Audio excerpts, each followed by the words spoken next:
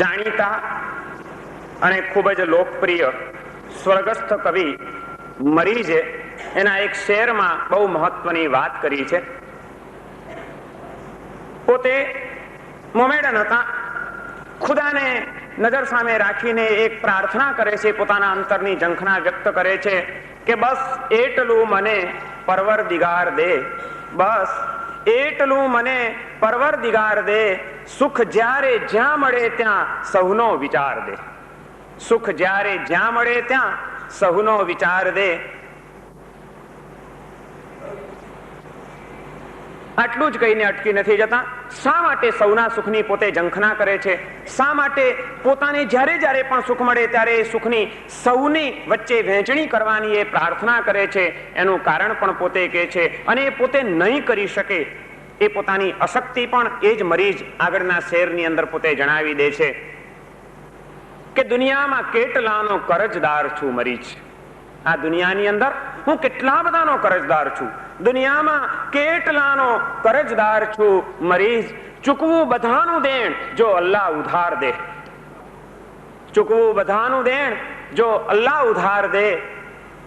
મારી કોઈ શક્તિ નથી કે આ દુનિયાના એક એક જીવાત્માઓનું જે ઋણ મારા માથે ચડેલું છે હું ફેડી શકું. ગમે એટલું કરું તો એ ઋણમાંથી હું મુક્ત બની શકું એમ નથી. હા, મને શક્તિ સંપત્તિ બધું જો ઉધાર આપ્યા કરે, અલ્લાહ ઉપરથી આપ્યા જ કરે, આપ્યા જ કરે, આપ્યા જ કરે, તો કદાચ હું ફેડી શકું. બાકી મારી કોઈ ગજુ નથી, અને એટલા માટે એ તો નહીં કરી શકું, પણ બસ પ્રાર્થના કરું છું કે બસ એટલું મને પરવરદિગાર દે, સુખ જ્યારે જ્યાં મળે ત્યાં સૌનો વિચાર દે. કરી નહીં શકું, પણ વિચાર તો હંમેશા મારા અંતરમાં જીવતો અને જાગતો રહેવો જોઈએ કે ક્યારે મારામાં એવી શક્તિ આવે કે સૌને હું મારું સુખ વેચી કાઢું, ક્યારેય સ્વાર્થી ન બનું, બીજાના સુખનો વિચાર મારા જીવનના પ્રત્યેક શ્વાસે શ્વાસે અને ધબકારે ધબકારે ધબકતો રહે. જીવનને સફળ બનાવવા માટે, સાધનાની સિદ્ધિઓ પ્રાપ્ત કરવા માટે અને સાચા ધર્માત્મા થવાની યોગ્યતા મેળવવા માટે આ એક અનિવાર્ય શરત છે કે જીવ માત્રના સુખની કામનાથી આપણું હૃદય ઉભરાઈ ઉઠવું જોઈએ. માત્ર ભરાઈ ઉઠવું નહીં, ઉભરાઈ ઉઠવું જોઈએ. જ્યાં સુધી સૌ જીવોના સુખનો વિચાર હૃદયમાં આવતો નથી ત્યાં સુધી આત્મા પરમાત્મા થવાના માર્ગે આગળ વધી શકતો નથી.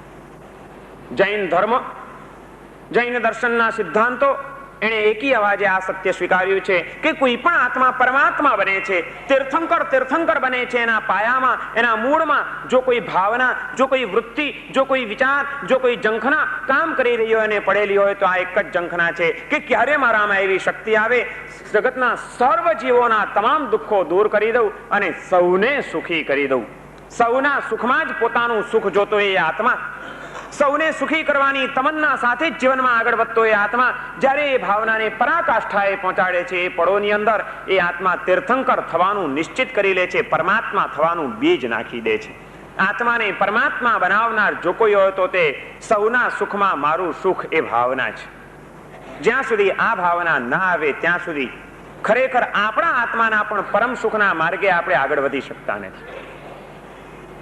કદાચ ન કરી શકીએ એ બને, આપણી શક્તિની મર્યાદાઓ હોય એ પણ બને, પણ ધર્માત્માના હૃદયની અંદર સૌના સુખનો વિચાર ન હોય એ ક્યારેય પણ ન બને. કોઈક તળાવની અંદર બે બાળકો તરવા માટે પડ્યા છે, તરવા માટે પડ્યા છે ને માની લો કે એમાંથી એકાદ બાળકે પોતાનું બેલેન્સ ગુમાવ્યું, બેલેન્સ ગુમાવ્યું અને પાણીના ચક્રાવાની અંદર ફસાતું જાય છે. બાળક ડૂબતું જાય છે, એ ડૂબી રહ્યું છે. બાળકને તરત જ બૂમ મારે છે, બચાવો બચાવો બચાવો, બૂમ મારે છે. એની બૂમ સાંભળીને તળાવના કિનારે ઘણા બધા લોકો હતા, બધાનું ધ્યાન ખેંચાય છે. ત્યાં દોડી આવે છે કે 80 વર્ષની ડોશી ત્યાં આગળ ઊભી હતી. 80 વર્ષની ડોશીએ જોયું કે કોઈક બિચારું 8 વર્ષનું બાળક તરવાનું શીખતું હતું પણ પાણીમાં ખેંચાઈ ગયું છે, એ તણાઈ રહ્યું છે. શું કરવું હવે? ડોશીને શું વિચાર આવશે? એ ડોશી બાળકને તણાતું જુએ છે પણ પોતે 80 વર્ષની ડોશી છે, શરીર અશક્ત છે, કંઈ કરી શકે એમ નથી. એ કિનારા ઉપર આવી જાય છે. એને શું વિચાર આવશે? આને જલ્દી કોઈ બચાવી લે તો સારું, આ છોકરો બિચારો બચી જાય તો સારું, અરે બિચારો તણાઈ રહ્યો છે, મરી રહ્યો છે, કોઈ બચાવો, એને બચાવો ભાઈ, બિચારો બચી જાય તો સારું. અને ત્યાં આગળ કોઈ મિહિર સેન જેવો તરવૈયો જેણે વિશ્વ વિક્રમ તોડ્યો હોય, એવો કોઈ તરવૈયો ત્યાં આગળ ઉભેલો હોય એને શું વિચાર આવે? એ બચી જાય તો સારું એ વિચાર ના આવે, એને એમ થાય કે હું બચાવી લઉં એને. એ તરત જ વિચાર કરવા એ ના બેસે, એ તો કૂદી જ પડે, જંપલાવી દે અને ફટાફટ તરતો તરતો જઈને બાળકનું બાવડું પકડીને એને બહાર ખેંચી લાવે. એને એમ થઈ જાય છે કે હું બચાવી લઉં. જેની શક્તિ છે એને એમ થઈ જાય કે હું બચાવી લઉં. જેની શક્તિ નથી એવી પણ ડોશીના હૃદયમાં જો કરુણા અને માનવતા હોય તો એને એમ થઈ જાય કે આ બચી જાય તો સારું. અને જેને એટલો પણ વિચાર નથી આવતો એને શું કહેવું એ કંઈ ખબર પડતી નથી. આ દુનિયાની અંદર તીર્થંકરો એક એવી વિભૂતિઓ છે કે એ તીર્થંકરો જ્યારે જગતના જીવોને ડૂબતા જુએ છે, એ ડૂબી રહ્યા છે, આ લોકો ત્રાસી ગયા છે, દુનિયાના જીવો પીડાઈ રહ્યા છે અને પીલાઈ રહ્યા છે અનેક જાતની અશાંતિઓના પડની વચ્ચે અને ચક્કરોમાં, ત્યારે એ તીર્થંકરના આત્માઓને એમ થાય છે કે કૂદી પડું અને બધાને બચાવી લઉં. એ બચાવી લેવાની તમન્નાથી એ તીર્થંકરો સાધનાના ક્ષેત્રમાં જ કૂદી પડે છે, ઉગ્ર સાધના કરે છે અને પોતાની એક એવી ભૂમિકા પ્રાપ્ત કરે છે કે જેના દ્વારા અનેક જીવોને ઉગારી ઉગારીને બચાવી લે. પણ તીર્થંકરો જેવી તાકાત સૌનામાં નથી હોતી. આપણે તો પેલી ડોશી જેવા થઈ જઈએ તોય ઘણું. દુનિયાના એ જીવોને દુઃખી થતા જોઈએ, દુઃખથી પીડાતા અને રીવાતા જોઈએ, અને તે વખતે આપણને એટલું પણ જો થઈ જાય કે આ બિચારા જીવો દુઃખી થઈ રહ્યા છે, આ દુઃખમાંથી ઉગરી જાય તો સારું, એને કોઈક બચાવી લે તો સારું, બધા સુખી થાય તો સારું, આટલી પણ ભાવના જો આવી જાય તોય ઘણું કામ થઈ જાય એમ છે. ધર્મી તરીકે કેવડાવવાની પહેલી લાયકાત આ છે, ધર્માત્માના હૃદયની અંદર સૌના સુખની ભાવના તો અવશ્ય હોય. જેના હૃદયની અંદર સૌને સુખી કરવાની તમન્ના નથી, સૌ સુખી થઈ જાય તો સારું એવી કોઈ ભાવના નથી, અને એ ભાવનાને પોતાની શક્તિ મુજબ જો જીવનની અંદર સક્રિય બનાવવાની તૈયારી નથી, તો એવો ધર્માત્મા જ્ઞાની પુરુષોની દ્રષ્ટિએ સાચો ધર્માત્મા બની શકતો નથી. ધર્માત્મા અને સ્વાર્થી હોય, ધર્માત્મા અને સ્વકેન્દ્રિત હોય, ધર્માત્મા અને પોતાના જ સુખની અંદર પાગલ બનેલો હોય એવું ક્યારેય પણ ન બની શકે. પરમાત્માનો ભક્ત સમગ્ર વિશ્વના એક એક જીવો પ્રત્યે કરુણાનું ઝરણું વહેતું કરનારા એવા કરુણામૂર્તિ પરમાત્માનો અર્યંત દેવનો એ ભક્ત, એના હૃદયની અંદર જગતના જીવો પ્રત્યે કરુણાની ભાવના ન હોય, બીજાને સુખી કરવાની એના હૃદયમાં તમન્ના ન હોય, તો એણે અર્યંતને ઓળખ્યા શું, એણે અર્યંતને પ્રાપ્ત કર્યા શું, અર્યંતને આરાધ્યા શું, અર્યંતને મેળવીને એ સફળતા શું પામ્યો? અર્યંતને પામ્યાની સફળતા છે કરુણા ધર્મની આરાધનામાં, બીજાના સુખે સુખી થવાની તમન્નામાં, બીજાના દુઃખે દુઃખી થવાની પ્રવૃત્તિમાં.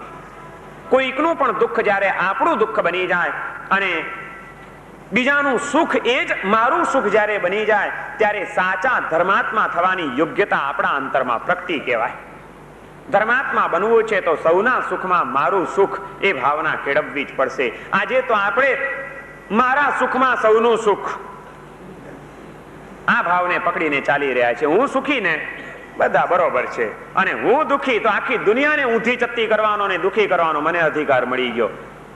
એક નાનકડું દુઃખ આવે ને કેટલાને ઘરમાં અધ્ધર કરી મૂકો, બધાને અધ્ધર કરી નાખ્યા, આખું ઘર ઉપાડીને હાલે જાણે ઓહો શું શું થઈ ગયું. અને આ બાજુ આખી દુનિયા પીડાઈ રહી હોય ને પીસાઈ રહી હોય, અહીં કોઈ સ્પર્શ ના હોય ને છતાં જો એ આત્મા એમ માનતો હોય કે હું સાધુ છું, એમ માનતો હોય કે હું શ્રાવક છું, એમ માનતો હોય કે હું માણસ છું, એને સાધુ કેવડાવવાની, શ્રાવક કેવડાવવાની કે માણસ તરીકે પોતાની જાતને કેવડાવવાની કોઈ એની લાયકાત નથી. સાચી સાચી યોગ્યતા જ આ છે. જ્યાં હૃદયમાં સંવેદના નથી બીજા જીવાત્માઓ પ્રત્યે, કોઈ સુખ દુઃખની સંવેદનાઓ નથી, એનું દુઃખ જ્યાં સુધી આપણું દુઃખ બનતું નથી, તો આપણે માણસ માણસ કેમ કેવડાવી શકશું? આપણને હૃદય જેવું કોઈ તત્વ છે ખરું આપણી પાસે? મગજ તો ઘણું મળ્યું છે, અને કહેવાતા શિક્ષણે અને કહેવાતા સાયન્સે, વિજ્ઞાને માણસની બુદ્ધિનો કદાચ ઘણો વિકાસ કર્યો હશે, પણ એ બુદ્ધિના વિકાસની સાથે માણસના હૃદયનો વિકાસ થયો છે કે નહીં, એક બહુ જ વિચારણીય પ્રશ્ન છે. આજે બુદ્ધિના વિકાસના કારણે માણસ આજે આકાશમાં ઉડતા શીખી શક્યો છે. બુદ્ધિના વિકાસના કારણે દરિયાના પેટાળમાં પણ જતા એ શીખી શક્યો છે. સબમરીનોની અંદર કલાકો સુધી અને દિવસો સુધી એ દરિયાની નીચે પણ રહી શકે છે. માણસ દરિયામાં પહોંચી ગયો, આકાશના ઉચ્ચ શિખરોને પણ એ આમી ગયો, બધે પહોંચ્યો, પણ ધરતી ઉપર જીવતા જ હજી નથી શીખ્યો. ઉપર અને નીચે બધે પહોંચ્યો, જ્યાં છે ત્યાં એને જીવતા જ નથી આવડતું. અનેક ઠેકાણે પહોંચ્યો, પણ પોતાના પડોશીના હૃદયની અંદર પહોંચવા સુધીનો હજી એને પ્રયત્ન જ નથી કર્યો. પડોશીની ક્યાં વાત કરવી, ઘરના બધા માણસોના હૃદયમાં પણ પહોંચ્યો હશે કે કેમ, એ માણસને સવાલ છે આજે. કોને પડી છે? આપણને આપણા ઘરના મેમ્બરોની પણ પડી છે એમ મારે પૂછવું છે. અને છતાં આપણે વાતો કરવી છે વિશ્વ મૈત્રીની, આપણે વાતો કરવી છે મહાન ધર્મની, આપણે વાતો કરવી છે અર્યંતના ભક્ત હોવાની, જે અર્યંતના આત્માને જગતના જીવ માત્રની સાથે આત્મૌપમ્યની ભાવના હતી. જેવો મારો આત્મા છે એવો જ સૌનો આત્મા છે, આત્મત્વની નાતે અમે બધા એક છીએ, એ ભાવ જે અર્યંતની રગે રગની અંદર પરિણમેલો હતો, એ અર્યંત પરમાત્માનો ભક્ત, જગતના જીવોની અમે કુટુંબના બધા સભ્યો એક છીએ, એ ભાવના પણ જો એના હૃદયમાં ન હોય તો એ પ્રભુનો ધર્મ એને કઈ રીતે સ્પર્શી શકે? એ પ્રભુનો ધર્મ એના હૃદયમાં કઈ રીતે ટકી શકે? એ પ્રભુનો ધર્મ એના જીવનને કઈ રીતે ટકાવી શકે? બહુ મોટો આ વિચારણીય પ્રશ્ન છે. આજના સમાજની સૌથી વધુમાં વધુ જો સળગતી સમસ્યા કોઈ હોય અને વધુમાં વધુ જો કોઈ વિષમતા હોય આજના આપણા જીવનની, તો એ આ એક જ છે કે માણસ દિવસે દિવસે વધુ ને વધુ સ્વકેન્દ્રિત બનતો ગયો છે.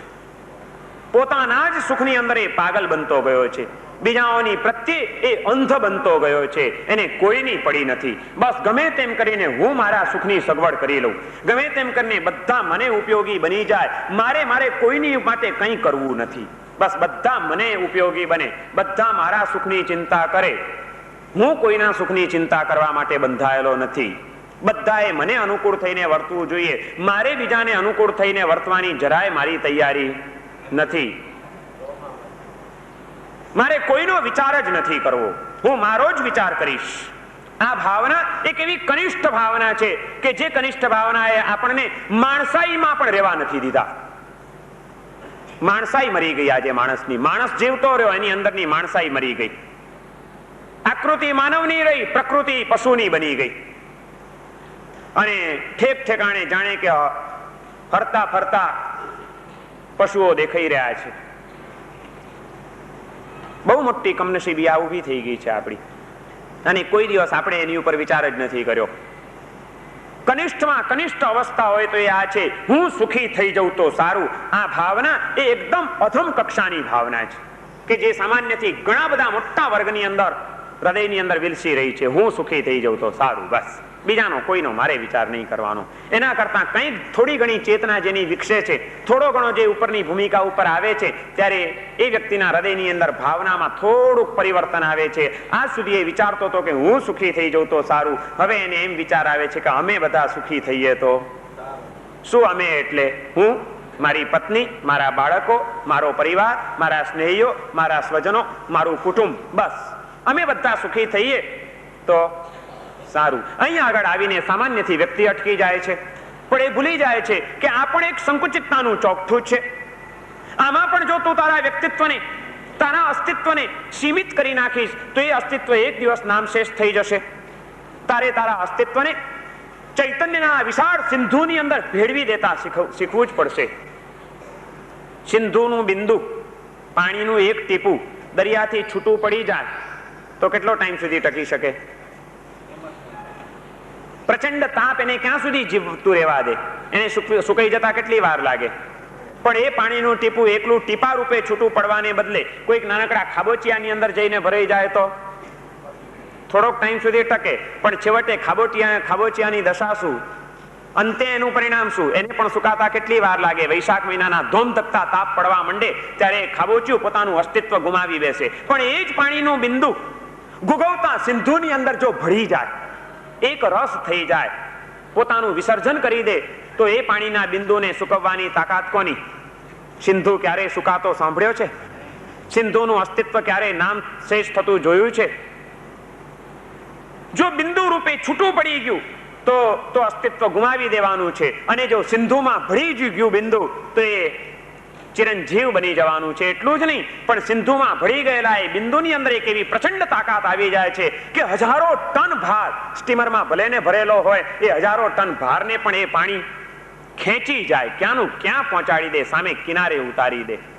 આપણે આપણા અસ્તિત્વને ભૂંસી નાખવું છે, નામ શેષ કરી દેવું છે કે ચૈતન્યના વિશાળ સિંધુની અંદર આપણે એક રસ થઈને ચિરંજીવ બની જવું છે, એનો નિર્ણય તો આપણે કરવાનો છે.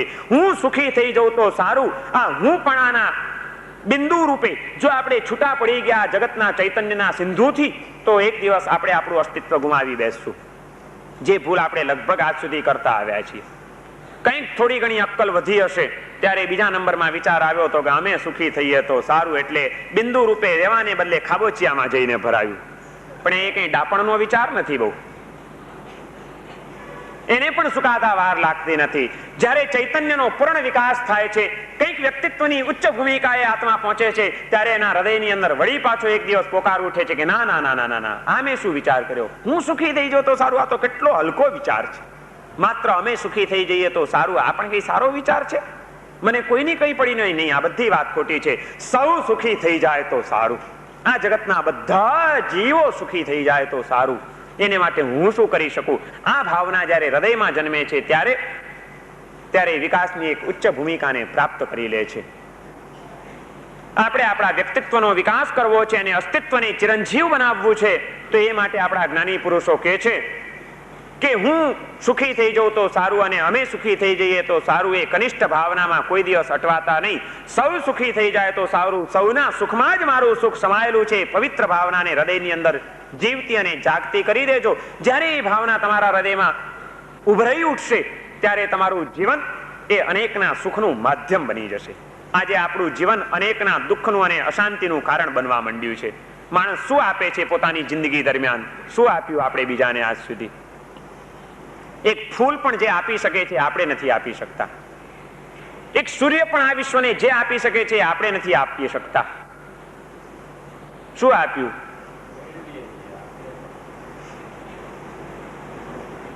ફૂલ ખીલીને બીજાને સુવાસ આપે છે. ફૂલ ખીલીને બીજાને સુવાસ આપે છે. સૂર્ય ઉગીને બીજાને પ્રકાશ આપે છે. ફક્ત એક જ છે માનવી એવો કે જે પોતે જીવવા માટે બીજાને ત્રાસ આપે છે. જે પોતે જીવવા માટે બીજાને ત્રાસ આપે છે. આપણે આપણા જીવનમાં બીજાને શું આપ્યું? આનંદની પળો કેટલી આપી અને અશાંતિની પળો કેટલી આપી, એનું કોઈ દિવસ ગણી માણશું ખરા? કે મારા જીવનની પળો કેટલી વ્યતીત થઈ, એમાંથી કેટલી પળો બીજાને આનંદ આપવામાં ગઈ અને કેટલી પળો બીજાને ત્રાસ આપવામાં મેં વિતાવી. કોઈકને શારીરિક ત્રાસ આપ્યા હશે, કોઈકને માનસિક ત્રાસ આપ્યા હશે, કોઈને વાચિક ત્રાસ આપ્યા હશે, પણ આપણી અનેક પ્રવૃત્તિઓ સ્વકેન્દ્રિત બની જવાના કારણે બીજાને ત્રાસ આપવામાં જ પરિણમી છે. આપણે કોઈ દિવસ બીજાના સુખનો વિચાર નથી કર્યો અને છતાં આપણે એમ માનતા રહ્યા કે હું બહુ શિક્ષિત છું, હું બહુ સંસ્કારી છું, હું બહુ બુદ્ધિશાળી છું, હું બહુ ડાયો છું, હું ધર્માત્મા છું. આ જ વિચાર કરતા રહ્યા આપણે. અને એથી આગળ વધીને કદાચ અમારી જેવી આટલી ભૂમિકા આવી ગયા હોય તો અમે એમ માનીએ કે હું એક સાધુ છું, ઊંચો સાધક છું. સાધુ પણ જો બીજાને ત્રાસ આપે છે કોઈ પણ જાતનો, તો એ સાધુ કેવડાવવાને માટે લાયક નથી. ગ્રહસ્થ જો બીજાના સુખ દુઃખનો વિચાર કરી શકતો નથી, એનું હૃદય જો બીજાની એ સંવેદનાઓથી ધબકતું નથી, લકવો લાગુ પડી ગયો છે જેના હૃદયને, એ માણસ જીવતો હોય કે મરેલો હોય એમાં કોઈ જાજો ફરક પડતો નથી. એક માણસ હાલતો ચાલતો જીવતો હોય તો બરોબર છે, પણ જેને આખા શરીરને લકવો લાગુ પડી ગયો હોય એને એ જીવે કે મરે શું ફરક પડે છે? કોઈ દિવસ આપણે આપણા હૃદયને તપાસ્યું છે ખરું કે આ જીવતું છે કે એને કોઈ લકવો લાગુ પડી ગયો છે? પલ્પિટેટ થઈ રહ્યું છે ખરું હૃદય? આપણું હૃદય જો ધબકતું નહીં રહે, બીજાના સુખ દુઃખની લાગણીઓથી જો ધબકતું નહીં રહે, તો એ હૃદય લકવા વાળું હૃદય કહેવાશે. અને લકવો લાગેલું હૃદય એ મંદિરોમાં જશે તોય નહીં જીવી શકે, એ સાધુઓ પાસે જશે તોય કોઈનું ભલું નહીં કરી શકે, એ જીવનમાં ગમે તે ક્ષેત્રે આગળ વધશે તોય આ દુનિયાને ન્યાલ નહીં કરી શકે. હૃદયને લકવો લાગુ ન પડી જાય એટલા માટે સાવધાન રહેજો. સતત કોઈક ફેમિલી ડોક્ટરની પાસે ચેકઅપ કરાવતા જ રહેજો. ફેમિલી ડોક્ટર રાખ્યા છે કોઈ? ફેમિલી ગુરુ રાખ્યા છે કોઈ?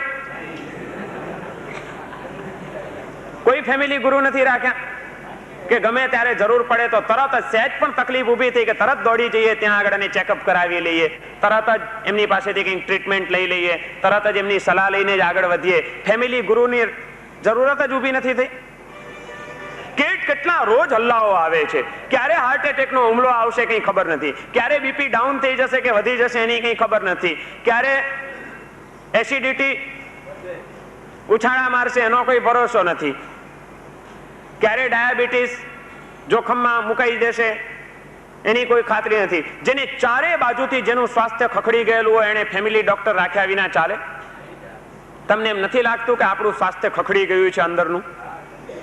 રોજ કેટલી જાતના હલ્લાઓ આપણી ઉપર સતત થઈ જ રહ્યા છે. ક્યારેક કઈ ભાવનાઓનો, ક્યારેક કઈ વાસનાઓનો, ક્યારેક કયા કુસંસ્કારોનો હલ્લો આપણી ઉપર થઈ જાય કઈ ખબર નથી. માટે લાવો ચાલો કોઈક એકાદા સારા ફેમિલી ગુરુને રાખી લઈએ કે જ્યારે જરૂર પડે ત્યારે તરત જ, અને કદાચ જરૂર ન પડે તોય અવારનવાર જઈને કહીએ કે જરા મારું ચેકઅપ કરી લો, બરોબર તો છું ને? રાખો કોઈક ફેમિલી ગુરુ હવે રાખો, ચેકઅપ કરાવતા રહો. નહીં તો આ હૃદયને લકવો લાગુ પડી જશે અને ખબર પણ નહીં પડે કે આપણને લકવો લાગુ પડ્યો છે, ને ક્યારે મરી જઈશું એની કઈ ખબર નહીં પડે. લાગેલો જ છે અને છતાં શાંતિથી બેઠા છો. બહુ ઘણા હિંમતબાજ માણસ કહેવાય. મોટા મહારાજ કહે છે કે સંભાવ સિદ્ધ કરી લીધો છે. લકવો હોય તોય કઈ નહીં, ન હોય તોય કઈ નહીં. કેટલા સંભાવી થઈ ગયા છે. કઈ તકલીફ છે આપણી. સુખી થવાના પ્રયત્નો આપણે રાત દિવસ કરીએ છીએ. હું સુખી થઈ જઉં તો સારું, હું સુખી થઈ જઉં તો સારું, હું સુખી થઈ જઉં તો સારું. આ સુખી થઈ જવાની ભાવનાનું ભૂત આપણને એવું વળગ્યું છે, એવું લાગુ પડ્યું છે કે એ ભૂતની અસર નીચે રાત દિવસ દોડ્યા જ કરીએ છીએ, દોડ્યા જ કરીએ છીએ, દોડ્યા જ કરીએ છીએ. ગમે ત્યાંથી બસ સુખી થઈ જવાના પ્રયત્નો કરીએ છીએ, છતાં હજી સુખના કોઈ ઠેકાણા છે નહીં. અમે સુખી થઈ જઈએ તો સારું, એ ભૂતાવળ પણ એવી લાગુ પડી ગઈ છે કે એમાં પરિવાર સિવાય દુનિયાના કોઈના સુખ દુઃખનો વિચાર કરવાની પણ આપણે માંડવાળ કરી દીધી છે, ને એને કારણે પણ આપણે એક જાતના પાગલ બનીને ભટકી રહ્યા છીએ અને ભમી રહ્યા છીએ. ક્યાં પહોંચશું અને શું થશે એની કંઈ ખબર નથી. સતત સુખી થવાની આટલી ઝંખનાઓ અને આટલા પ્રયત્નો કરવા છતાં પણ આપણે હજી સુખી થયા નથી. કેમ? આટલા પ્રયત્નો કર્યા, આટલી ઝંખનાઓ હતી, આટલી દોડધામો કરી, આટલી બધી મગજમારીઓ કરી, છતાં હજી સુખી નથી થયા. આપણે આનું કારણ શું? આપણા સુખનું કેન્દ્ર બિંદુ કયું છે? કંઈક તો વિચારવું પડશે ને. પ્રયત્નો ગમે એટલા કર્યા કરશું, પણ આપણા સુખની ખરેખર ચાવી ક્યાં છે એ જો વિચાર નહીં કરીએ તો ગમે એટલા દીર્ઘકાળના પણ આપણા પ્રયત્નો આપણને સફળતા નહીં બક્ષી શકે. માત્ર પ્રયત્ન કર્યા કરો તો કામ પતી જાય. તમારે ઘરની અંદર ઝવેરાત બધું તિજોરીમાં ભરેલું હોય અને કાલે કોકના લગ્નમાં જવાનું છે ને ઘરવાળાએ કીધું કે ઝવેરાત કાઢી આપજો ઘરેણા મારા, એટલે તમે તરત જ તિજોરી પાસે જાઓ. તિજોરીમાંથી તમારે ઘરેણા કાઢવા છે ઘરવાળાના. તમે તિજોરીનું હેન્ડલ પકડો અને જોરથી આમ ખેંચવા માંડો તો તિજોરી ખુલી જાય. 1 કલાક સુધીની 2 કલાક સુધી હેન્ડલ ખેંચ્યા કરો તો હાથ ઉતરી જાય, પણ તિજોરી ન ખુલે. ચાવી ન લગાડો અને ખાલી હેન્ડલ ખેંચ કર્યા કરો અને મહેનત કરો તો તિજોરી ખુલે નહીં. અને જો ચાવી એકવાર લગાડો ને પછી સહેજ ધક્કો મારો તો પણ તિજોરી ખોલવા માટે મહત્વની વાત મહેનત નથી, મહત્વની વાત ચાવીની છે. ચાવી લાગી જાય તો થોડાક પ્રયત્ન પણ તિજોરી ખુલી જાય, અને ચાવી લગાડો નહીં તો મહેનત કરીને મરી જાઓ તોય તમારી તિજોરી કોઈ દિવસ. જન્મ્યા ત્યારથી સુખી થવાના પ્રયત્નો કરે જ રાખ્યા છે. કારણ કે સુખનો ખજાનો અંદરનો, એ સુખનું ધન કાઢવું છે અને જીવનની તિજોરીનું હેન્ડલ પકડીને મચી પડ્યા છે. આખું ને આખું જીવન હચમચાવી નાખ્યું છે. આખું જીવન હચમચી ગયું છે આજે માણસનું આની પાછળ ને પાછળ, અને છતાં હજી તિજોરી ખોલી નહીં. કારણ કે જ્ઞાની પુરુષો કહે છે કે મહેનત જ કરી છે, ચાવી લગાડી જ નથી. શું છે ચાવી ખબર છે? ચાવી છે કે ખોવાઈ ગઈ છે? વસંતજીભાઈ તિજોરીની ચાવી બતાડે છે મને. આમાંની એકે ચાવી તમારી અંદરની તિજોરી નહીં ખોલી આપે. આ ચાવીઓ બહુ વધી ગઈ, ઝુમખું માટે જ અંદરની તિજોરી જામ થઈ ગઈ છે. મને આપી દો આ ચાવીઓ, લાવો ખોલી નાખું સૌના સુખ માટે તમારી તિજોરીઓ, તો આ અંદરની તિજોરી ખુલી જશે. કોક તો એકાદું ઝુમખું આપો ભેટ. હવે નહીં બતા. ક્યાં આપણે ખબર જ નથી, ચાવી ખોલવી નથી ને પ્રયત્નો કરે રાખવા છે. જિંદગી કાલે પૂરી થઈ જશે પણ મનોરથો અધૂરા રહી જશે. મહેનત કરવાની જરૂર નથી જાજી, ચાવી એકવાર લગાડી દો ખુલી જશે. શું છે ચાવી? સુખી થવાની ચાવી એક જ છે. સૌના સુખની ચિંતા કરો તો તમારા જીવનમાં સુખના દ્વાર ઉગડી જશે. સૌના સુખમાં જ મારું સુખ, આ વાત જ્યારે સમજાઈ જશે અને જીવનની અંદર પ્રયત્નો વધુ ને વધુ બીજાને સુખી કરવા માટેના શરૂ થઈ જશે, ત્યારે આપણા સુખની પ્રાપ્તિ થઈ ગયા વિના રહેશે નહીં. આજે આપણે થાપ અહીં જ ખાઈ ગયા છીએ, ચાવી લગાડી નથી અને હેન્ડલ ખેંચ્યા જ કરીએ છીએ. અમેરિકાની અંદર 3 મિત્રો રહેતા હતા, ભારતીય મિત્રો. અહીંથી 3 જણા ત્યાં ગયા હશે, ત્યાં આગળ જઈને પોતપોતાની રીતે પોતે સેટલ થઈ ગયા, બરોબર ગોઠવાઈ ગયા.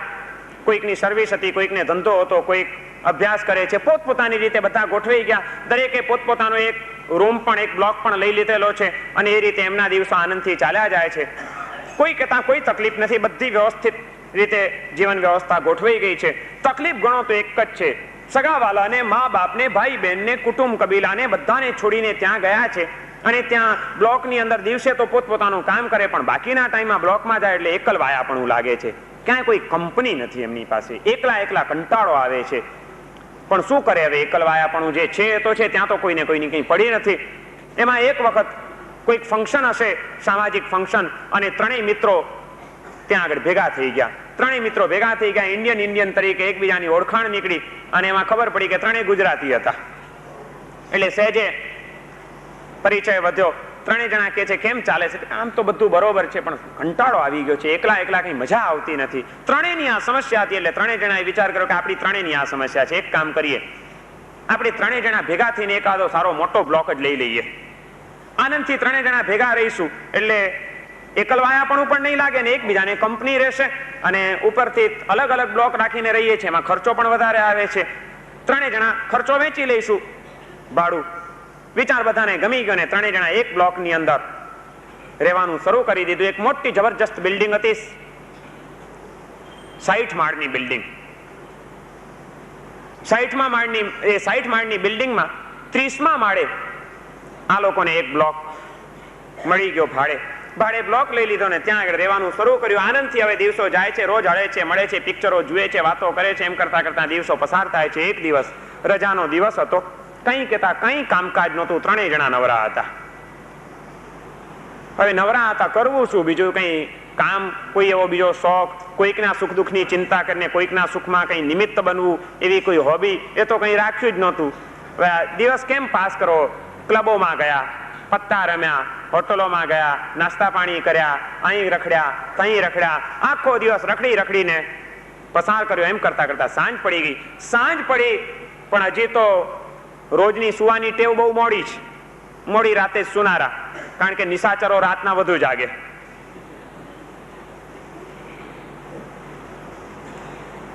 કરવું શું? ટાઈમ ઘણો બાકી છે. ત્રણેય જણા વિચાર કરે છે કે હજી તો બહુ ટાઈમ બાકી છે, હજી તો 5 વાગ્યા છે સાંજના, 12 વાગ્યા પહેલા તો સુવાની આદત નથી, હવે શું કરશું? કે ત્રણેયને વિચાર થયો કે શું કરીએ હવે? ટાઈમ પાસ કરવો તો ટાઈમ પાસ કરવા માટે સારામાં સારું સાધન કયું? પિક્ચર. કયું? બોલો ને. 3 કલાક પાસ.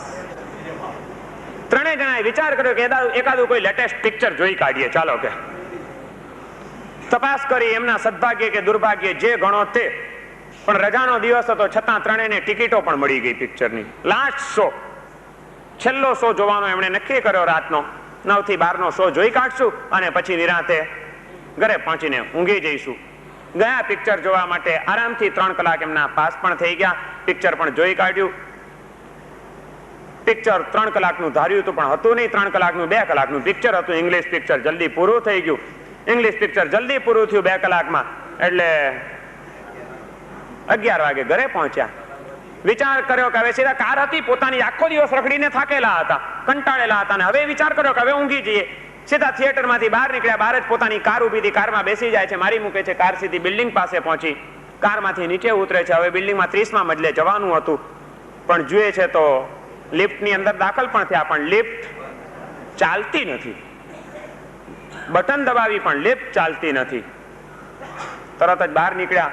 લિફ્ટ વાળો હતો બિલ્ડિંગની અંદર, ક્યાંક આડો ઓળો, એને કે છે એ ભાઈ લિફ્ટ ચાલુ કર. પેલો કે લિફ્ટ તો બગડી ગઈ છે, કે લિફ્ટ ચાલુ થવાની નથી. કે એટલે કે લિફ્ટ બગડી ગઈ છે કે કઈ તારો જવાબ છે કે તને રાખ્યો છે શા માટે? કે આખી બિલ્ડિંગ વચ્ચે અમે બધા સોસાયટી વાળા તને પગાર આપીએ છીએ, લિફ્ટ બગડી ગઈ ચાલુ કર. કે પેલો કે મારાથી બનતા બધા પ્રયત્નો હું કરી ચૂક્યો છું, એમાં કંઈ વળે એવું નથી. હવે તો સવાર પડે કોઈ ટેકનિશિયનને બોલાવવો પડશે, કારીગર આવશે પછી જ લિફ્ટ ચાલુ થશે, બાકી સવાર પહેલા લિફ્ટ ચાલુ થાય એમ.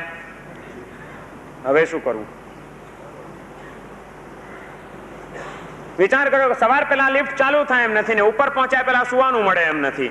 કોઈ રસ્તો જ નહોતો, એક જ રસ્તો હતો, ટાંટિયા તોડો, ચડી કાઢો 30 મજલા બીજું. પણ વિચાર કરે 30 મજલા કેમ ચડાશે? જેમ જેમ વૈજ્ઞાનિક સુખના સાધનો વધ્યા અને સામગ્રીઓ વધી, તેમ તેમ માણસ વધુ ને વધુ કાયર બનતો ગયો છે, શક્તિહીન બનતો ગયો છે, લાચાર બનતો ગયો છે. છૂટકો નથી. પણ હવે તો ટાંટિયા તોડ્યા સિવાય ત્રણેય જણાએ વિચાર કર્યો કે ચડવું તો પડશે, પણ 30 મજલા ચડવાના કેવી રીતે પહોંચશું? એટલે એ લોકોએ એક આઈડિયા કર્યો કે એક કામ કરીએ, આપણે 3 જણા છીએ, ત્રણેય જણા એક વાર્તા માંડીએ વારા ફરતી. વાર્તાનો રસ એવો હોય છે માણસ કે વાર્તા સાંભળતો જાય ને કામ થતું જાય ને ખબર ના પડે, થાક ઓછો લાગે. કંઈક તો રસ્તો કાઢવો જ જોઈએ. ત્રણેય જણાએ વિચાર કર્યો કે એક વાર્તા આપણે કરીએ ને એક વાર્તામાં 10 મજલા કાપી નાખવાના. નક્કી કરી નાખ્યું ને ત્રણેય જણાએ ચડવાની શરૂઆત કરી. પહેલા નંબરનો જે મિત્ર હતો એને પોતાની વાર્તા શરૂ કરી. એને એવી સરસ વાર્તા જમાવી, એવી જમાવી, વાર્તા કરતો જાય છે, ચડતા જાય છે, કરતા જાય છે, ચડતા જાય છે, ઉપર ને ઉપર, ઉપર ને ઉપર, ઉપર ને ઉપર ચડતા જ ગયા. 10 મજલાને બદલે 14 મજલા એ લોકોએ કાપી નાખ્યા. 14 માળ ચડી ગયા. 14મા મજલે પહેલા મિત્રની વાર્તા પૂરી થઈ ગઈ. હવે બીજા નંબરના મિત્રનો વારો આવ્યો. એને એમ થઈ ગયું કે 10 મજલાનું નક્કી થઈ ગયું, તો નાણે 14 મજલા કાપી નાખ્યા. વાર્તા જોરદાર જમાવી, પણ હું કઈ એનાથી ઉતરતો. એ 10 મજલા કાપી 14 મજલા કાપે તો હું કઈ એનાથી ઉતરતો છું. આપણે 15 મજલા કાપી આપવા જોઈએ, બાકી 14 તો સાચા જ હોય. તમને હરીફાઈ કરવાનું મન થાય કે નહીં? ક્યાં આગળ હરીફાઈ ક્યાં કરો તમે? આ મારો મિત્ર 3 દિવસ ખીરના એકાશના કરી શકે જો સરસ્વતીની સાધના કરવા માટે, તો હું કઈ કમ છું કે હું ન કરી શકું? આપણે કરવાના. તમને હરીફાઈ કરવાનું મન જ ન થાય. અરે ખાવામાં તો ઘણી વાર હરીફાઈ કરી છે. ચાલો આજે તપમાં પણ હરીફાઈ કરીએ, કોણ વધુ કરી શકે છે. કમાવામાં તો જિંદગી પર હરીફાઈ કરી છે કે મારી બાજુનો વેપારી કમાયા કરતા વધુ કમાવું. આજે સત્કાર્યમાં દાન દેવાનું આવ્યું છે. આહા, સમગ્ર ગુજરાત, રાજસ્થાન, કચ્છ બધે આવો દુષ્કાળ પડ્યો છે ને પશુઓ મરી રહ્યા છે. કમાવામાં હરીફાઈ ઘણી કરી. ચાલો આજે સત્કાર્યમાં હરીફાઈ કરીએ કે આવા દુષ્કાળના અવસરોમાં જો મારી સંપત્તિ કામ નહીં લાગે, એ બિચારા મૂંગા જીવો, એના સુખમાં જ મારું સુખ સમાયેલું છે, એ વાત જો મારા હૃદયમાં નહીં જચે, અને આજે સંપત્તિની મૂર્છા મારો મિત્ર જેટલી ઉતારે એના કરતા સવાઈ હું ઉતારું, પણ મારા ગામની દુષ્કાળનો એક અસર ન થવા દઉં, મારા બાજુના ગામવાળા એના ગામને સંભાળી લે, તો અમે કઈ ઉતરતા છીએ? હરીફાઈ ક્યાં કરો? તમને લોકોને હરીફાઈ કરતા આવડે છે એમ મારે પૂછવું છે? નહીં, કરતા જ નહીં. તમે આ જ ધંધો કરો, એક જ. આમ કરતા જ નહીં. અને પછી ફરિયાદો કરવી છે. મહારાજ સાહેબ, જીવનમાં શાંતિ નથી, આવવાની જ નથી શાંતિ. તમે ફરિયાદ કરતા નહીં અમારી પાસે. કોઈ દિવસ કોઈને શાંતિ આપી છે? એક દિવસ 2 કલાક ખાવાનું ન મળે તો શું હાલત થાય છે, અનુભવ કર્યો છે? એક 2 કલાક ખાવાનું ન મળે તો આપણે વ્યાકુળ થઈ જઈએ છીએ. અને પેલા બિચારા મૂંગા પ્રાણીઓ, એને દિવસો સુધી ખાવા માટે ઘાસ ન મળે. તમારા જ ગામના એ પ્રાણીઓ, તમારા જ ગામમાં જીવન જીવતા એ જીવાત્માઓ, પણ કુદરત રૂઠી છે. તમારા પાપે કુદરત એમની ઉપર રૂઠી છે. હા, આજે કુદરત એમને એમ રૂઠી નથી. કોઈએ કુદરતને ગાળો દેવાની જરૂર નથી. આજે જે કઈ સમસ્યાઓ ઊભી થઈ ગઈ છે એમાં માણસ મહત્વનો ભાગ ભજવ્યો છે. માણસે આજે પાપો એવા વધ્યા છે, એના કારણે કુદરતો રૂઠી છે. કુદરતની સાથે તમે અત્યાચાર કર્યો છે, માટે કુદરત રૂઠી છે. જે રીતના કૃત્રિમ પ્રયોગો ચાલી રહ્યા છે, જે રીતના આધુનિક સાધનો બેસુમાર વધી રહ્યા છે, એના દુષ્પરિણામો આજે કુદરતી તંત્ર ઉપર પણ આવ્યા છે. શા માટે આજે ઋતુઓ અનિયમિત થઈ ગઈ? ઘડીકમાં ભયંકર ગરમી પડે છે, ઘડીકની અંદર ગરમીના દિવસોમાં વરસાદ તૂટી પડે છે, ક્યાંય કોઈ ઠેકાણા જ નથી. કેમ આમ થઈ ગયું? આપણે કુદરતની સાથે છેડછાડ કરી છે. આપણું જીવન આજે કુદરતી નથી રહ્યું. આજે કઈ ચીજ કુદરતી રહી છે? અમારે ત્યાં કોઈ દિવસ આવી રીતે ધરતી માતાની સાથે છેડછાડ થતી નહોતી. આજે તો બસ વધુ ને વધુ કષ્ટ મેળવી લેવો, કમાઈ લેવો, એટલા માટે ગમે તેવી દવાઓ છાંટો. એ દવાઓ છાંટવામાં ખેતીના ગમે તેટલા જીવોની હત્યા થઈ જાય, અમારે વિચાર નહીં કરવાનો. અમને મબલક પાક મળે છે ને બસ મેળવો. અને 4 વર્ષ તમને મબલક પાક આપ્યા પછી શક્તિ કરતા વધુ રસકસ જ્યારે તમે ધરતીના ખેંચી નાખશો, ત્યારે એ ધરતી પછી તમને કંઈ આપશે નહીં. અને આપશે તો એમાં કોઈ મજા હશે નહીં. એ અમારી ભલે ને ઓછી પાકતી હતી, છતાં પહેલાની બાજરીમાં જે મીઠાશ હતી, આજની તમારી હાઇબ્રિડ બાજરીની અંદર એ મીઠાશ નથી રહી. ક્યાં ગઈ મીઠાશ? અમારે ત્યાં દરેકને અધિકાર હતો, સૌને અધિકાર હતો. અરે નાના નાના જીવ જંતુઓનો પણ એમાં ભાગ હતો. એ એના ભાગનું મેળવી લેતા હતા ને પછી જેટલું બચે એટલું ખેડૂત સમજતો હતો કે એ આપણા નસીબનું હતું એટલું બચ્યું. આજે બધાનું તમે ચૂંટવી લીધું, કોઈને ખાવા ન દઉં તો કુદરત કહે છે કે હું તને ખાવા નહીં દઉં એક દાડો. છેડછાડ કરી છે. ગમે તેવી દવાઓ છાંટવી, પછી એ તમારા આરોગ્યની ઉપર અસરો ન કરે તો શું થાય? આજે કેમ આટલા બધા આરોગ્ય બગડ્યા? આટલા બધા રોગો કેમ વધી ગયા? કોઈ દિવસ આપણે વિચાર જ નથી કરવો. આપણે આપણી ધૂનમાં જ ચાલ્યા જવું છે. માણસ એટલો બધો સ્વાર્થી બન્યો છે, વધુમાં વધુ ખેંચી લઉં, વધુમાં વધુ ખેંચી લઉં. આ વૃત્તિએ માણસને આજે પાગલ બનાવ્યો છે. એ કંઈ વિચારવા જ તૈયાર નથી કે આના શું શું દુષ્પરિણામો આવી શકે, ક્યાં જઈને આ પરિસ્થિતિ અટકશે, એનો કોઈ વિચાર મારે કરવાનો નહીં. માટે કુદરત રૂઠી છે આજે, અને એનો ભોગ પેલા બિચારા મૂંગા પ્રાણીઓ બન્યા છે. મને 2 કલાક ખાવાનું ન મળે તો આકુળ વ્યાકુળ થઈ જાઉં છું. આ બિચારા મૂંગા પ્રાણીઓને 4 દિવસ સુધી ઘાસ પણ નહીં મળે અને પાણી પણ પીવા નહીં મળે તો એનું શું થશે? મારી પાસે આજે પુણ્યના ઉદયથી સંપત્તિ મને મળી છે. આવા દુષ્કાળના અવસરે જો મારી સંપત્તિ વપરાય નહીં તો મારું મહાજન પણ લાજે. મહાજન કોને કહેવાય? સૌના સુખની ચિંતા કરે એનું નામ મહાજન. જેને બીજાના સુખનો વિચાર નથી એ મહાજન કેવડાવવાને માટે લાયક નથી. આવા અવસરોમાં પણ જો બીજાના વિચારો નહીં કરીએ તો ક્યારે કરીશું? શું આપણને પેટ છે એને કોઈ પેટ નથી? આપણી આંતરડીઓ કકડે છે એની કોઈ આંતરડીઓ નહીં કકડતી હોય? 2 કલાક પાણી ન મળે તો તમારો કંઠ સુકાય છે, એનો કોઈ કંઠ સુકાતો જ નહીં હોય ના. એ જ્યાં સુધી અમે એની પાસે કસ પૂરેપૂરો કાઢશું પણ બાકી એની ચિંતા અમે ના કરીએ. કારણ કે અત્યારે મારા સાહેબ ઘાસ બહુ મોંઘું થઈ ગયું છે. પોસાય એવું નથી ઢોરોને ઘાસ ખવડાવવું. ઘાસ મોંઘું થઈ ગયું છે. 5 વર્ષ પહેલા હતું એના કરતા અનાજ મોંઘું થયું કે સસ્તું થયું? ખાવાનું એ બંધ કરો કે જો મારા સાહેબ અનાજ બહુ મોંઘું થઈ ગયું છે, હવે અમને ખાવાનું પોસાય એવું નથી. ઘાસ મોંઘું થઈ ગયું છે માટે અમે ઢોરોને નહીં ખવડાવી શકીએ. પણ ઘી ગમે એટલું મોંઘું થઈ ગયું હોય તો અમે આંબેલ કરવાના કોઈ દિવસ શરૂ નથી કર્યા. ત્યાં બધી મોંઘવારી અમને પોસાય છે અમારી જાત માટે. હા, અનુકંપાનું કાર્ય હોય, જીવદયાનું કાર્ય હોય, એ બિચારા મૂંગા પ્રાણીઓને જીવતદાન આપવાનું કાર્ય હોય, ત્યાં આગળ અમને મોંઘવારી નડે છે કે આજે ક્યાં ઘાસ લેવું પોસાય એવું છે. પણ આપણા હૃદયની અંદર, આપણા જીવનની અંદર કોઈ ધર્મ છે એમ આપણે કહી શકીશું? જેને બીજાના સુખનો વિચાર જ નથી એ ધર્માત્મા કઈ રીતે કેવડાવી શકે પોતાની જાતને? કાયર બની ગયો છે માણસ, વધુ ને વધુ કાયર બન્યો છે. હરીફાઈ કરવી હોય તો આવી કંઈક કરજો કે ચાલો હરીફાઈ કરવી છે, તું કેટલા જીવોને બચાવે છે? તું 15 જીવને બચાવીશ, હું 25 ને બચાવીશ. ચાલો, આવા દુષ્કાળના અવસરોમાં હરીફાઈ કરી જાણવી છે. કરી જુઓ કરવી હોય તો. પેલાને વિચાર થયો કે આ મારા મિત્રે 10 મજલા કાપી નાખ્યા, હું કઈ ઉતરતો છું એનાથી? 15 મજલા કાપી નાખું. અને એને હવે પોતાની વાર્તા માંડી. એ પણ વાર્તા કરતો જાય છે, ચડતો જાય છે, કરતા જાય છે, ચડતા જાય છે. એવી લાંબી ચોડી ખેંચીને વાર્તા પરાણે પણ આમ લાંબી કરતો જાય છે. ગમે તેમ કરીને વટ રાખવો હતો. કરતા એને બીજા 15 મજલા ખરેખર એને કાપી નાખ્યા. પેલા એ 14 કાપ્યા ને બીજા એ 15 કાપ્યા. 30મા માળે રહેતા હતા ને 29 માળ ચડી ગયા. રાતના 1 વાગી ગયો છે. થાકીને લોથ થઈ ગયા છે. હવે ત્રીજા મિત્રનો વારો આવ્યો.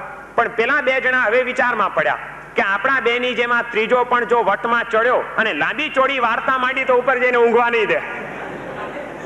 માટે હવે પોસાય એવું નથી. પેલા 2 કહે છે કે જો ભાઈ, તારે જેટલી લાંબી વાર્તા કરવી હોય એટલી કરજે, પણ કાલે મહેરબાની કરીને આજે હેરાન કરતો નહીં. આજે તારો વારો કબૂલ, તું તારો વારો પણ પૂરો કરી દે, પણ એકદમ ટૂંકી વાર્તા કર. 1 મજલામાં પતી જાય એટલી વાર્તા કરજે, બાકી લાંબી ચોડી કરીને હેરાન કરતો નહીં. કે પેલો કે બેફિકર રહ્યો, તમે કહેશો એમ જ કરશું. તમને ઊંઘ આવે છે તો મને પણ ઊંઘ આવે છે. તમે કહેતા હો તો 1 મજલામાં પતી જાય એટલી વાર્તા કરું, અને તમે કહેતા હો તો 1 પગથિયામાં પતી જાય એટલી વાર્તા કરું. કે આ ચર્ચા કરતા કરતા અડધો મજલો તો ચડી ગયા. પેલા 2 કહે છે બસ તો તારી વાર્તા જલ્દી પૂરી કર, હમણાં આપણું ઘર આવ્યું. કે પેલો કે જો મારા મિત્રો, મારી વાર્તા એટલી જ છે કે આપણે ઉપર તો આવી ગયા છીએ, પણ બ્લોકની ચાવી હું કારમાં ભૂલી ગયો છું નીચે. મારી વાર્તા આટલી જ છે. ઉપર આવી ગયા પણ ચાવી કારમાં રહી ગઈ છે. કે પેલા 2 તો આમ એટલે શું બોલે છે કે તું? રાતના 1 વાગ્યો. 30 મજલા ચડવાની મહેનત કરી, છેક ઉપર પહોંચ્યા અને હવે તું એમ કહે છે કે બ્લોકની ચાવી કારમાં રહી ગઈ છે? શું કરવાની? 30 મજલા ચડવાની મહેનત કરી, પણ જો ચાવી નથી તો એ મહેનત શું કરવાની? ચાવી વિના બ્લોક ખુલવાનો નથી, બ્લોક ખુલ્યા વિના સુવાનું મળવાનું નથી. મહેનત ગમે એટલી કરી, શું કરવાની? જીવનભર સુધી આપણે મહેનત જ કરતા રહ્યા, બસ ગમે તેમ કરીને હું સુખી થઈ જાઉં તો સારું, હું સુખી થઈ જાઉં તો સારું, હું સુખી થઈ જાઉં તો સારું. મહેનત જ કરી, દોડ્યા જ કર્યું, દોડ્યા જ કર્યું, દોડ્યા જ કર્યું, પણ કોઈ દિવસ આપણે વિચાર ન કર્યો કે હજી પણ સુખ કેમ નથી મળતું. પ્રયત્ન કર્યા જ કરશું, પણ સુખના ખજાના ખોલવાની જો ચાવી નહીં રાખી હોય, પેલાની ચાવી કારમાં રહી ગઈ હતી ને આપણી ચાવી શાસ્ત્રોમાં રહી ગઈ છે અને દોટ મૂકે રાખી છે ચારે બાજુ. જ્ઞાની પુરુષો કહે છે સુખી થવું છે, બીજાને સુખ આપતા જાઓ, સૌના સુખમાં નિમિત્ત બનતા જાઓ, બીજાના સુખે સુખી થવાની ભૂમિકા કેળવતા જાઓ, એ જ તમને એક દિવસ સુખી બનાવશે. જે પોતાના જીવનની અંદર પોતાના સુખોને જતા કરીને પણ બીજાને સુખી કરવાનો પ્રયત્ન કરે છે, એને કુદરત સુખ આપ્યા વિના રહેતી નથી. જે પોતાના જીવનની અંદર વધુ ને વધુ સુખો પ્રાપ્ત કરવા માટે બીજાના જીવનની અંદર દિવાસળીઓ ચાંપતો ફરે છે, હોળીઓ સળગાવે છે, એના જીવનની અંદર એની ઝાડ એને પણ કોઈક દિવસ ભરખી ગયા વિના રહેતી નથી. સુખી થવું હોય તો કોઈ દિવસ કોઈના જીવનમાં હોળી સળગાવવાની ભૂલ કરતા નહીં. તમારું ચાલે તો ઘર ઘરની અંદર દિવાળી પ્રગટાવવાનો પ્રયત્ન કરજો. મારે બધાને સુખી કરવા છે, મારા સુખ માટે મારે કોઈને દુખી નથી કરવા, આટલો નિર્ણય પણ જો આપણા જીવનની અંદર આવી જશે તો આપણે જીવન જીતી જઈશું, નહીં તો જીવન હારી જઈશું. સુખી કરવા જ છે, સુખી થવું જ છે, તો આ સિદ્ધાંત સ્વીકારવો પડશે કે ગમે એટલા મારા પોતાના જીવન માટે સુખી થવાના પ્રયત્નો કરીશ તો હું સુખી નહીં થઈ શકું. સુખી થવું છે, સૌના સુખમાં મારું સુખ, બીજાના સુખમાં જ મારું સુખ પડેલું છે. બસ આજ સુધી પોતાને માટે ઘણું કર્યું, હવે બીજાને માટે હું શું કરી શકું? આ કરુણા ભાવના, આ કર્તવ્ય નિષ્ઠા મારા જીવનમાં ક્યારે આવે? બસ મારે કામ કરી જવું છે. કારણ કે અને એમાં પણ હું બીજાને સુખી કરીને કોઈ ઉપકાર કરવા નથી માંગતો. આ જગતના એક એક જીવોના ઉપકારો મારી ઉપર એટલા બધા થયેલા છે, એનું ઋણ મારા ઉપર એટલું બધું ચડેલું છે કે હું વાળી શકું એમ જ નથી. એટલે હું કંઈ પણ કરીશ તો કોઈની ઉપર ઉપકાર નથી કરતો, એમણે કરેલા ઉપકારોનું આંશિક ઋણ જ ફેડી રહ્યો છું. આ ભાવના એ ગમે એટલા સત્કાર્યો કરશું, બીજાને સુખી કરવાના પ્રયત્નો કરીશું, તે છતાં આપણને અહંકારી નહીં થવા દે. બધાના ઉપકારો જ છે. તત્વાર્થ સૂત્રની અંદર ઉમા સ્વાતીજી મહારાજે એમ કીધું છે કે પરસ્પરોપગ્રહો જીવાનામ, એકબીજાના ઉપગ્રહથી એકબીજાના ઉપકારથી જ જીવનું જીવન ચાલી રહ્યું છે. કોઈ પણ જીવન જીવતો હોય તો એને માનવાની જરૂર નથી કે હું મારી હોશિયારીથી જીવન જીવી રહ્યો છું, હું મારા પુણ્યના બળે જીવન જીવી રહ્યો છું, મારી પાસે પૈસો છે માટે હું આગળ વધી રહ્યો છું. ના, અનેક વ્યક્તિઓનો તારી ઉપર ઉપકાર થયેલો છે માટે તું જીવન જીવી રહ્યો છે. જો કોઈકના ઉપકારો તારી ઉપર થયા ન હોત તો આજે તું જે છે તે હોત જ નહીં. આજનું આપણું અસ્તિત્વ અને આજનું આપણું વ્યક્તિત્વ એ અનેક વ્યક્તિઓના ઉપકારોના કારણે જ નિર્મિત થયેલું છે. એમાં આપણી કોઈ હોશિયારી કામ નથી કરી ગઈ. જન્મતાની સાથે જો પહેલો જ માએ ઉપકાર ન કર્યો હોત તો આજે તમે જીવતા ન હોત. તમને જન્મ આપતાની સાથે ક્યાંક રસ્તા ઉપર ફેંકી આવી હોત તો માં તમે જીવતા રહ્યા છો, એમાં પણ કોઈકનો ઉપકાર છે એ વાત ખબર છે ખરી? જોઈ આવો, કોઈક વાર માનવ સેવા સંઘમાં જજો, કોઈક વાર કોઈક અનાથ આશ્રમમાં જજો, ત્યાં જઈને એ નાના નાના તાજા જન્મેલા બાળકોને જોજો તો ખબર પડશે કે આપણે જીવતા છીએ, એમાં પણ કેટલાનો ઉપકાર કામ કરી રહ્યો છે. શું જોયું છે? જોવા જોઈએ તો કંઈક આવા સ્થાને ચાલ્યા જાઓ, જુઓ જે તમારા હૃદયની અંદર કોઈકને સુખી કરવાની ભાવનાઓ જગાડશે. પિક્ચરો તો બહુ જોયા, એને તમારા હૃદયને કોઈ પવિત્ર ભાવોથી ભરી ન દીધું.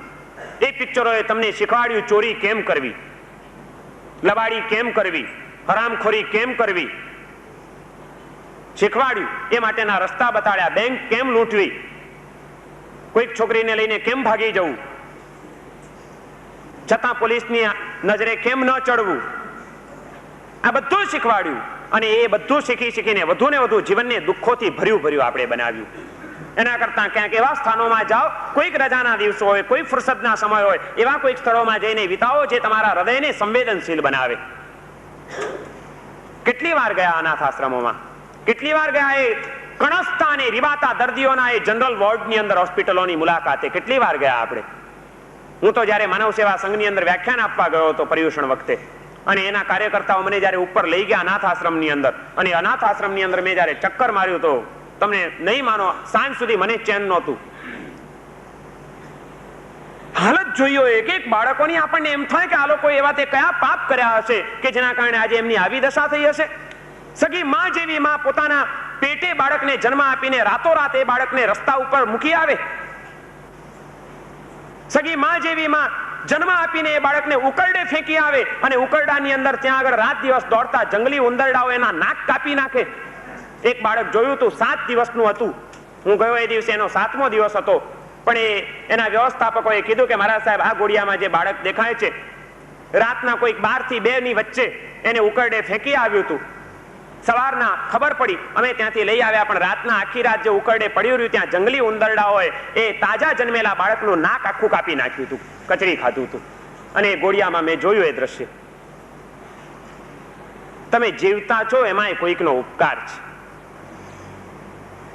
કોઈ હોશિયારીઓ મગજમાં રાખવાની જરૂર નથી. આપણી કોઈ હોશિયારીઓ કામ કરતી નથી. તમને જન્મ થયો તમારો, એમાં અનેક વ્યક્તિઓના ઉપકારો છે. તમારો જન્મ સીધી રીતે સલામત રીતે થઈ ગયો, એમાં કેટલી વ્યક્તિઓના ઉપકારો છે. એક ડોક્ટર તૈયાર થાય છે, એક હોસ્પિટલ ઊભી થાય છે, એમાં કેટલી વ્યક્તિઓનું અર્થબળ, કેટલી વ્યક્તિઓનું બુદ્ધિબળ, કેટલી વ્યક્તિઓનું શક્તિબળ, આ બધું ખર્ચાય છે. ત્યારે એક સંસ્થા ઊભી થાય છે અને એ સંસ્થા તમારા સુખનું માધ્યમ બને છે અને એના કારણે તમારું જીવન વ્યવસ્થિત બને છે. તમે વ્યવસ્થિત રીતે જન્મ્યા, એમાં પણ કેટલી વ્યક્તિઓનો વ્યક્ત કે અવ્યક્ત ઉપકાર પડેલો છે, એનો કોઈ દિવસ આપણે વિચાર કર્યો છે? કેટલું ઋણ ચડ્યું છે આપણી ઉપર. સલામત આપણે જન્મ્યા છીએ અને સલામત જીવીએ છીએ, એ જ આ દુનિયાનો આપણી ઉપર બહુ મોટો ઉપકાર છે. રસ્તા પરથી ચાલ્યા જાઓ છો ને સામેથી કોઈ માણસને દુર્બુદ્ધિ નથી સૂચતી ને તમને ગોળી નથી મારી દેતો, એ એનો કેટલો મોટો ઉપકાર છે. નહીં તો દુનિયાનો ઇતિહાસ તો એમ કહે છે કે માણસને દુર્બુદ્ધિ સૂજે તો એ ગાંધીને પણ ગોળીએ ઉડાવી શકે છે ને ઇન્દિરા ગાંધીને પણ ગોળીએ ઉડાવી શકે છે. આવા મહાન માણસો જેની પાસે ચારે બાજુ સંરક્ષકો હોય ને જેની ચારે બાજુ ઝાડ ફેલાયેલી પડી હોય, એ માણસોને પણ ગમે ત્યાં માણસ શૂટ કરી શકે છે. તમારી સાથે કોઈ જ કંઈ નથી છતાં તમે સ્વસ્થતાથી હરીફરી શકો છો, એ આ દુનિયાનો ઓછો ઉપકાર છે તમારી ઉપર? કોઈએ તમને ઉડાવી ન દીધા ફડાક દઈને? કઈ તાકાત હતી તમારી કે તમે જીવતા રહી શકો? કોઈ તોર રાખવાની જરૂર જ નથી મગજની અંદર. આપણું જે કંઈ આજનું વ્યક્તિત્વ છે ને અસ્તિત્વ છે, એ અનેક વ્યક્તિઓના ઉપકારના કારણે છે અને એ બધાના ઉપકાર આપણી ઉપર ચડેલા છે. ત્યારે આપણું કર્તવ્ય બની જાય છે કે એવા વિશ્વના સર્વ જીવોના સુખ માટે આપણે પણ કંઈક કરી છૂટીએ. આપણને જે વ્યક્તિત્વ મળ્યું છે એ વ્યક્તિત્વનો ઉપયોગ આપણે એને માટે કરીએ. આજે માણસ કેટલો સ્વાર્થાંત બન્યો હશે ને કેટલો સ્વકેન્દ્રિત બન્યો હશે, ત્યારે એના હૃદયની આ ભાવનાઓ ગઈ હશે. નહીં તો માં જેવી માં પોતાના જણેલા બાળકને રસ્તા વચ્ચે રઝળતો રાખી શકે? મને તો એમ લાગે કે એને કઈ રીતે રાખ્યો હશે. પણ એમાં માત્ર એ સ્ત્રીઓને પણ દોષ આપે નહીં પોસાય. કારણ કે એ માને પણ એક હૃદય હોય છે. જેને 9 મહિના સુધી પોતાના પેટની અંદર બાળકને ઉછેર્યું હશે, એ માં પણ કંઈ પથ્થર હૃદયની તો નહીં જ હોય, પણ એની પણ કંઈક મજબૂરી હશે. કોઈક સામાજિક પરિસ્થિતિઓ એમાં મહત્વનો ભાગ ભજવી ગઈ હશે. સમાજ પણ જ્યારે કોઈ પણ પરિસ્થિતિને સ્વીકારવા કે સમજવા તૈયાર નથી હોતો, ત્યારે એના કારણે કેટલાક અનિષ્ટો ઊભા થતા હોય છે. એક વ્યક્તિએ એક ભૂલ કરી, એનો અર્થ એ નથી કે સમાજ એને એવી મજબૂરીઓમાં મૂકી દે કે એ વ્યક્તિને બીજું ભયંકર પાપ પણ કરવું પડે એક પાપ કર્યા પછી. સમાજ પણ આજે ઘણો મોટો જવાબદાર છે આની અંદર. કારણ કે સમાજ પણ એક જ રીતે વિચારીને ચાલ્યા કર્યું છે. એને કોઈ દિવસ સમતુલાથી પરિસ્થિતિઓનો વિચાર કર્યો નથી. સમાજની એ વ્યવસ્થિત પરિસ્થિતિઓને સ્વીકારવાની આપણી કોઈ તૈયારી નથી, અને કોઈ સમજવાની આપણી તૈયારી નથી, અને સુલઝાવવાની આપણી કોઈ તૈયારી નથી, એમાંથી કોઈ માર્ગ કાઢવાની આપણી તૈયારી નથી. અને એના કારણે જે વિષચક્રો ઊભા થયા છે, એ વિષચક્રોએ આજે ઘણી બધી નવી સમસ્યાઓ આપણી વચ્ચે ઊભી કરી દીધી છે. કોઈ દિવસ આપણે કોઈનો વિચાર જ કરવો નથી. આપણા સુખના બધા જ માર્ગો પૂરા થઈ ગયા એટલે બસ જાણે આપણને એમ લાગે છે કે આખી દુનિયા સુખી થઈ ગઈ. તમે એર કન્ડિશનમાં બેઠા હો એટલા માત્રથી એમ માની લેવાની જરૂર નથી કે આખી દુનિયા એર કન્ડિશનમાં જીવન જીવી રહી છે.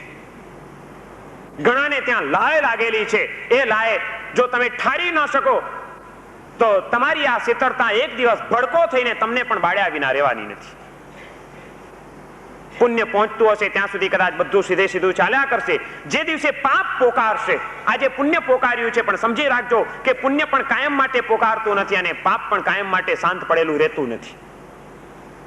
એ પાપો કોઈ જાગી જાય એ પહેલા એ પાપોને નિર્મૂળ કરવા માટે કોઈકના દુઃખ દૂર કરવાના અને કોઈકને સુખી કરવાના પ્રયત્નો કરી લો. મળેલી શક્તિઓનો સદુપયોગ કરી લો. સમજી લેજો કે એના સુખમાં જ તમારું સુખ સમાયેલું છે.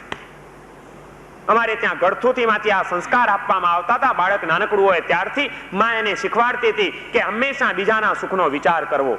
અમારી ભારતીય સંસ્કૃતિ જે હતી કે આ દેશની અંદર અભણમાં અભણ ગણાતી માતા પણ રસોડામાં બેઠી બેઠી પણ બાળકને સંસ્કાર આ આપે. એ રસોઈ કરવા બેસે ને પહેલો રોટલો ટીપે, પણ એ રોટલો ટીપતા ટીપતા પણ બોલે, પહેલો રોટલો કૂતરાનો. ઘરમાં રહેલા રમતા બાળકો પણ સાંભળે કે ઘરની અંદર પહેલો રોટલો કે પહેલી રોટલી જે તૈયાર થાય એ આપણી નહીં, એ કૂતરાની. પહેલો અધિકાર એનો, એને ખવડાવીને પછી આપણે ખાવાનું. આ સંસ્કાર નાનકડા બાળકોને પણ પડે એટલા માટે માં રસોઈ કરતા કરતા પણ આ બોલે. શું બોલે રસોઈ કરતા કરતા? એક ઘરમાં ગોચરી ગયો વોરવા માટે, એક ઘરમાં ગોચરી ગયો વોરવા માટે. અંદર આજકાલની કોઈક માતા રસોઈ કરતી હશે ઉભા ઉભા રસોડામાં, પણ રસોઈ કરતા કરતા એમને એમ કઈ થોડી મજા આવે. હંમેશા જે મનમાં રમતું હોય એ જ બહાર આવે. આ બાજુ હું આમ ઘરમાં ઘૂસ્યો અને ત્યાં અંદર તબિયતથી ગાતી, હું ગયો એટલે સડક થઈ ગઈ એકદમ, પણ એને ખબર નથી. એટલે હું તો ઘરમાં ઘૂસ્યો, ત્યાં અંદર ચાલતું તો હમ તો